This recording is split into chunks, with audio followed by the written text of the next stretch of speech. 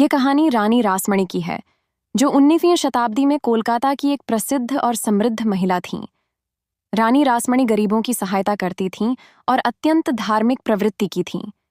एक बार वे तीर्थ यात्रा पर काशी जाने की तैयारी कर रही थीं। यात्रा से एक दिन पहले उन्हें रात को एक दिव्य स्वप्न आया। स्वप्न में स्वयं मां काली प्रकट हुईं। उन्होंने रानी रासमणी से कहा, काशी जाने की आवश्यकता नहीं, मैं स्वयं गंगा तट पर तेरे द्वारा बनवाए गए मंदिर में वास करूंगी। वहीं मेरी सेवा कर, वहीं मुझे पूजा कर। रानी रासमणी इस स्वप्न से अत्यंत प्रभावित हुईं और तुरंत काशी यात्रा रद्द कर दी। फिर उन्होंने गंगा के किनारे एक भव्य मंदिर बनाने का निश्चय किया। कई वर्षों के प्रयास के बाद दक्षिणेश्वर काली मंदिर का निर्माण हुआ। यह मंदिर 1855 में पूरा हुआ और मां काली की प्रतिमा वहां स्थापित की गई। कुछ वर्षों बाद इसी मंदिर में श्री रामकृष्ण परमहंस को पुजारी के रूप में नियुक्त किया गया।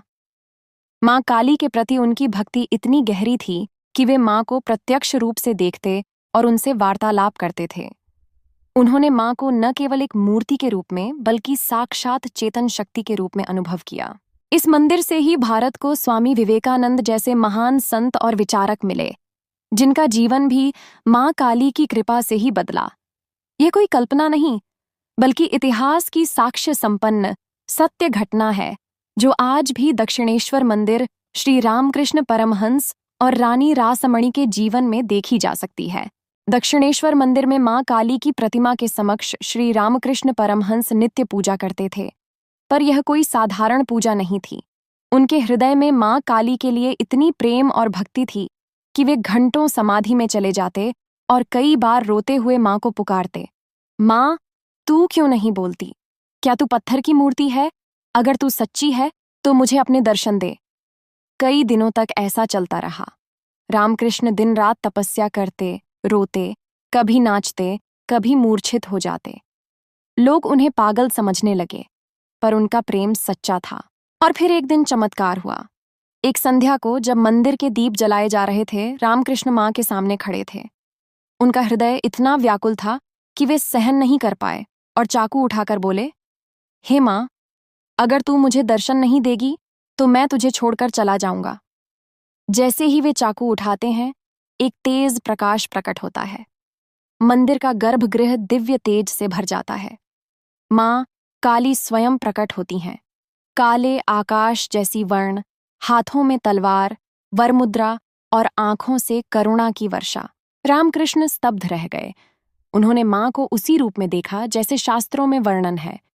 मां ने कहा, वत्स, मैं सदैव तुम्हारे साथ हूं। तुम्हारी भक्ति ने मुझे बाध्य किया प्रकट होने को। अब तू मुझे केवल मूर्ति में मत देख, मैं तेरे हृदय में वास करती हूं। उस दिन के बाद रामकृष्ण कभी अकेले नहीं रहे। वे मां से निरंतर बात करते, उन्हें अपने जीवन की हर बात बताते। उनका शरीर साधारण था, पर आत्मा मां काली की शक्ति से ओतप्रोत हो चुकी थी।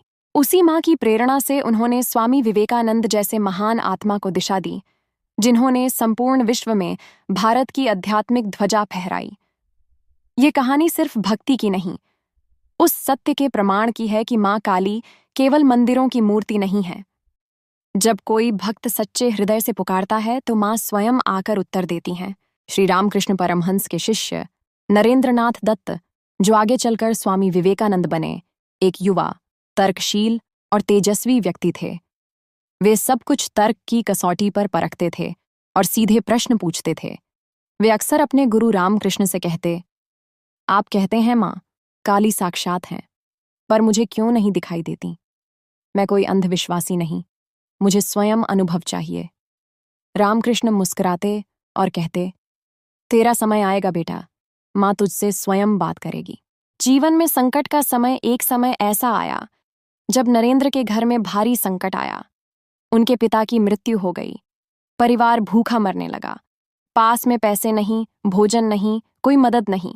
उसी समय रामकृष्ण ने कहा, जा नरेंद्र, मंदिर में जा और मां काली से मांग, जो चाहो मांग लेना। आज मां तुझसे स्वयं बात करेगी।